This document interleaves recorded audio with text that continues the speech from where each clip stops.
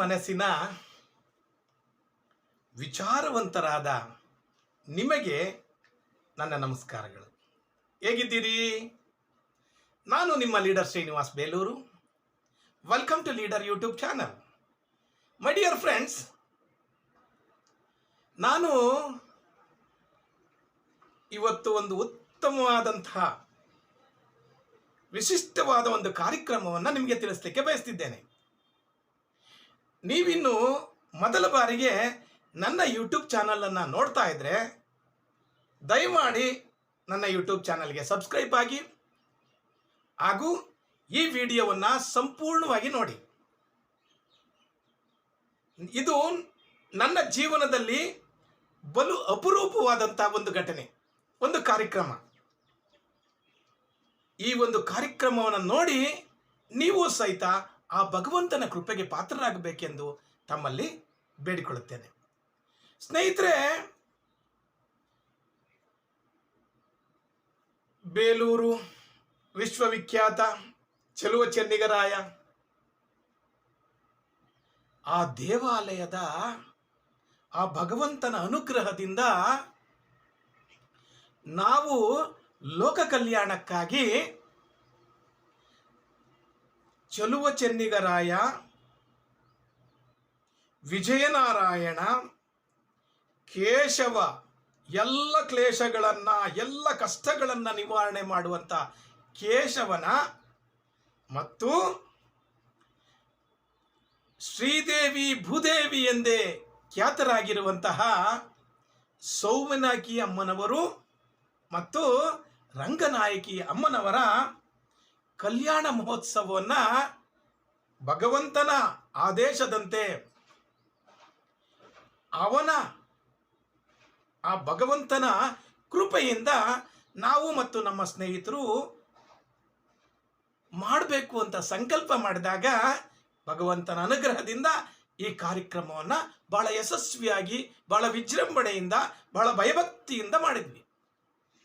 ಸ್ನೇಹಿತರೆ, ಮೊದಲು ನಾವು ಮತ್ತು ನಮ್ಮ ಸ್ನೇಹಿತರು ನಮ್ಮ ದೇವಾಲಯದಲ್ಲಿರುವಂಥ ಕಲ್ಯಾಣ ಮಂಟಪವನ್ನು ವಿಧ ವಿಧ ಹೂಗಳಿಂದ, ಹಾರಗಳಿಂದ ಶೃಂಗಾರ ಮಾಡಿ, ತಳಿರು ತೋರಣಗಳನ್ನು ಕಟ್ಟಿ, ಬಾಳೆಕಂದು, ಮಾವಿನ ಸೊಪ್ಪು ಎಲ್ಲವನ್ನ ಕಟ್ಟಿ ಶೃಂಗಾರ ಮಾಡಿದ್ವಿ. ಆಮೇಲೆ 9 ಹಣ್ಣುಗಳು, ಪುಷ್ಪಗಳು ಹಾಗೂ ಹಣ್ಣುಗಳನ್ನು, ಫಲಗಳನ್ನು ದೇವರಿಗೆ ಕಲ್ಯಾಣ ಮಹೋತ್ಸವಕ್ಕೆ ನಾವೆಲ್ಲ ಅಣಿ ಮಾಡಿದ್ವಿ. ಹಾಗೂ 101 ಜನ ಮುತ್ತೈದೆಯರಿಗೆ ಮಡಿಲು ತುಂಬುವ ಕಾರ್ಯಕ್ರಮ. ಯಾಕೆ ಹೇಳಿ? ಮದುವೆಯಲ್ಲಿ ಬರ್ತಾರೆ ಮುತ್ತೈದೆಯರು, ತಮ್ಮ ಕಾರ್ಯಕ್ರಮಗಳನ್ನು ಮಾಡಿಕೊಡ್ತಾರೆ, ಅವರಿಗೆ ಮಡಿಲು ತುಂಬಬೇಕು ಅಂತ 101 ಬಾಳೆಹಣ್ಣು ಹಾಗೂ ವೀಳ್ಯದೆಲೆ ಅಡಿಕೆ ಎಲ್ಲವನ್ನ ರೆಡಿ ಮಾಡಿ, ಎಲ್ಲ ರೆಡಿ ಆದ ಮೇಲೆ ಎಲ್ಲ ನಮ್ಮ ಸ್ನೇಹಿತರು ಹಾಗೂ ವಾದ್ಯಗೋಷ್ಠಿಗಳೊಂದಿಗೆ ಮುತ್ತೈದೆಯರೊಂದಿಗೆ ಭಗವಂತನ ಸ್ವಸ್ಥಾನ ಮುಖ್ಯ ದೇವಾಲಯದಿಂದ ಶ್ರೀ ಚೆನ್ನಕೇಶವ ಮತ್ತು ಸೌಮ್ಯನಾಯಕಿ ಅಮ್ಮನವರು ಮತ್ತು ರಂಗನಾಯಕಿ ಅಮ್ಮನವರನ್ನು ಮೆರವಣಿಗೆಯ ಮೂಲಕ ಕಲ್ಯಾಣ ಮಂಟಪಕ್ಕೆ ಕರೆದುಕೊಂಡು ಬಂದ್ವಿ. ಆ ಮೆರವಣಿಗೆಯಲ್ಲಿ ಸಾವಿರಾರು ಜನ ಭಕ್ತರಿಂದ ಇದ್ರು. ಅದ್ಭುತವಾದ ವಾದ್ಯಗೋಷ್ಠಿಯೊಂದಿಗೆ ಸಕಲ ಎಲ್ಲ ಶಾಸ್ತ್ರೋಕ್ತವಾಗಿ ಭಗವಂತನನ್ನ ಮತ್ತು ಅಮ್ಮನವರನ್ನ ಕಲ್ಯಾಣ ಮಂಟಪಕ್ಕೆ ಕರ್ಕೊಂಡ್ಬಂದ್ವಿ.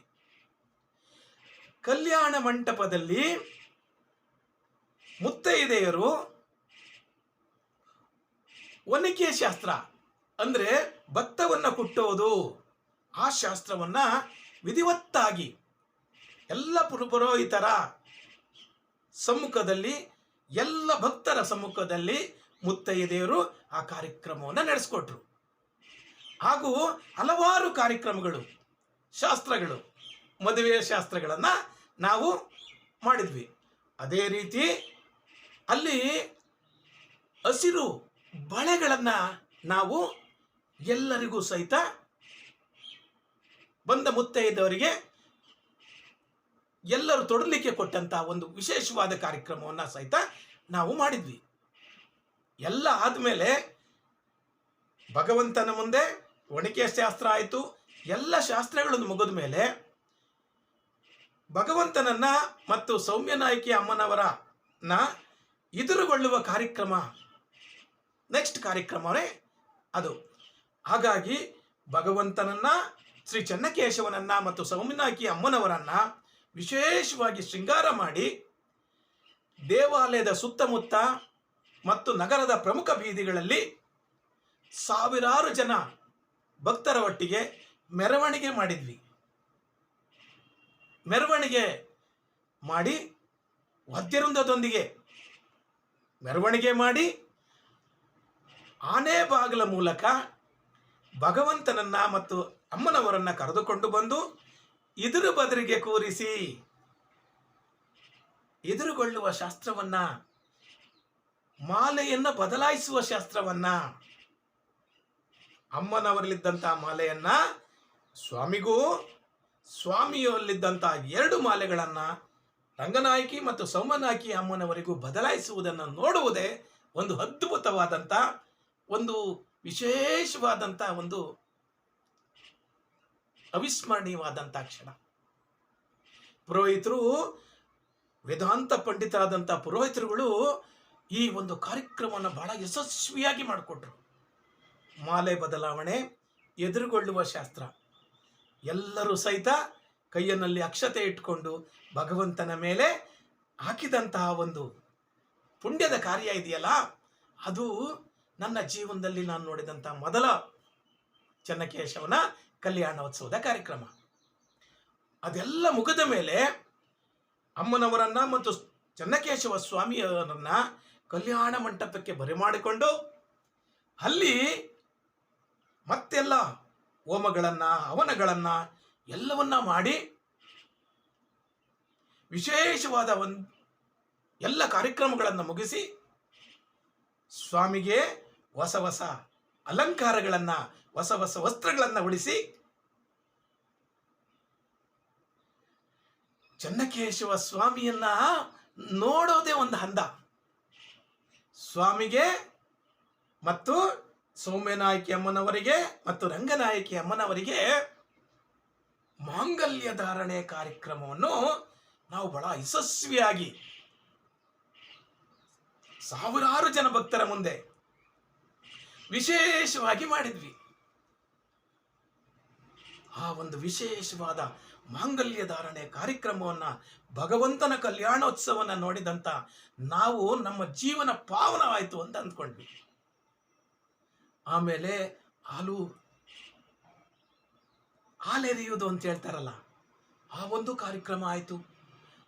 ಆಮೇಲೆ ಭಗವಂತನನ್ನ ಅಗ್ನಿಕುಂಡದ ಮುಂದೆ ಅಂದರೆ ಹೋಮವನ್ನು ಮಾಡಿದ್ವಲ್ಲ, ಅಲ್ಲಿ 3 ಸುತ್ತು ಮತ್ತೆ ಪ್ರದಕ್ಷಿಣೆ ಮಾಡಿ ಕರ್ಕೊಂಬಂದು ಆ ಶಾಸ್ತ್ರವನ್ನು ಸಹಿತ ನಾವು ಶಾಸ್ತ್ರೋಕ್ತವಾಗಿ ಮುಗಿಸಿದ್ವಿ. ಎಲ್ಲ ಆಯಿತು, ಮಾಂಗಲ್ಯ ಧಾರಣೆ ಆಯಿತು, ಮತ್ತೆ ಎಲ್ಲ ಕೆಲಸ ಕಾರ್ಯಗಳು ಮುಗಿದ ಮೇಲೆ ಭಗವಂತ ಬಂದಂತಹ ಮುತ್ತೈದೆಯರಿಗೆ ಮುಡಿ ತುಂಬುವ ಕಾರ್ಯಕ್ರಮವನ್ನು ಮಾಡಿದ್ವಿ. ಮುಡಿ ತುಂಬಿದ ಕಾರ್ಯಕ್ರಮ ಮುಗಿದ ಮೇಲೆ ಬಂದಂತ ಭಕ್ತರಿಗೆ ಅನ್ನಪ್ರಸಾದ, ಮದುವೆ ಊಟ, ಈ ಕಾರ್ಯಕ್ರಮವನ್ನು ಸಹಿತ ಸಾವಿರಾರು ಭಕ್ತರಿಗೆ ಯಶಸ್ವಿಯಾಗಿ ವಿಜೃಂಭಣೆಯಿಂದ ಮಾಡಿದಂತ ಪುಣ್ಯ ಕಾರ್ಯ ಇದೆಯಲ್ಲ, ಆ ಒಂದು ಕಾರ್ಯ ನನ್ನ ಜೀವನವನ್ನ ಬದಲಿಸಿದಂತಹ ಕಾರ್ಯ. ಎಲ್ಲ ಕಾರ್ಯಗಳು ಸಹಿತ ಮಂಗಳಕರವಾಗಲಿ ಅಂತ ಈ ಕಲ್ಯಾಣೋತ್ಸವ ಕಾರ್ಯಕ್ರಮವನ್ನು ನಾವು ಮಾಡಿದ್ವಿ. ನಮ್ಮೊಬ್ಬರಿಗೆ ಅಲ್ಲ, ದೇಶಕ್ಕೆ, ನಮ್ಮ ಗ್ರಾಮಕ್ಕೆ, ನಮ್ಮ ಜಿಲ್ಲೆಗೆ, ಎಲ್ಲರಿಗೂ ಸಹಿತ ಮಂಗಳವಾಗಲಿ ಅಂತ ಈ ಕಾರ್ಯಕ್ರಮವನ್ನು ನಾವು ಮಾಡಿದ್ವಿ. ನೀವು ಸಹಿತ ಈ ಕಾರ್ಯಕ್ರಮ ಮಾಡಬೇಕು ಅಂತಂತಂದ್ರೆ ವ್ಯವಸ್ಥಾಪಕ ಸಮಿತಿಯ ಸದಸ್ಯರು ಅಥವಾ ವ್ಯವಸ್ಥಾಪಕ ಸಮಿತಿಯ ಅಧ್ಯಕ್ಷರನ್ನು ಅಥವಾ ದೇವಾಲಯದ ಅರ್ಚಕರನ್ನ ನೀವು ಭೇಟಿ ಮಾಡಬಹುದು. ಸ್ನೇಹಿತರೆ, ಈ ಒಂದು ಕಾರ್ಯಕ್ರಮ ಮಾಡಿದಂತಹ ಯಶಸ್ಸು, ಕೀರ್ತಿ ನಮ್ಮ ಎಲ್ಲ ಭಕ್ತ ಸಮೂಹಕ್ಕೆ ಸೇರುತ್ತೆ. ಅದರ ಪುಣ್ಯ ನಮಗೂ ಸ್ವಲ್ಪ ಸೇರಿದೆ. ಸ್ನೇಹಿತರೆ, ಈ ಒಂದು ವಿಶೇಷವಾದ, ಬಲು ಅಪರೂಪವಾದ ಈ ಒಂದು ಮಂಗಳಕರವಾದಂತಹ ಮಂಗಳ ಕೆಲಸವನ್ನು, ಕಲ್ಯಾಣ ಕಾರ್ಯಕ್ರಮವನ್ನು ನೋಡಿದಂಥ ನಿಮಗೂ ಸಹಿತ, ತಿಳಿದುಕೊಂಡಂಥ ನಿಮಗೂ ಸಹಿತ, ನನ್ನ ವಿಡಿಯೋ ನೋಡಿದಂಥ ನಿಮಗೂ ಸಹಿತ ಆ ಭಗವಂತ ಚೆನ್ನಕೇಶವ ಎಲ್ಲ ಇಷ್ಟಾರ್ಥಗಳನ್ನು ಕೊಡಲಿ ಅಂತ ಚೆನ್ನಕೇಶವನಲ್ಲಿ ಬೇಡಿ. ಈ ವಿಡಿಯೋ ನಿಮಗೆ ಖುಷಿ ಅನಿಸಿದೆ, ಹಾಗಾಗಿ ಲೈಕ್ ಮಾಡಿ ಹಾಗೂ ದಯಮಾಡಿ ನನ್ನ ಯೂಟ್ಯೂಬ್ ಚಾನಲನ್ನು ಸಬ್ಸ್ಕ್ರೈಬ್ ಮಾಡ್ಕೊಳ್ಳಿ. ನಾಳೆ ಉತ್ತಮವಾದಂಥ ವಿಚಾರಗಳನ್ನು ನಾನು ತಿಳಿಸ್ಲಿಕ್ಕಿದ್ದೇನೆ. ನನ್ನ ಈ ವಿಡಿಯೋ ನೋಡಿದ ನಿಮಗೆಲ್ಲರಿಗೂ ಶರಣಾರ್ಥಿ ಹಾಗೂ ಥ್ಯಾಂಕ್ ಯು ವೆರಿ ಮಚ್.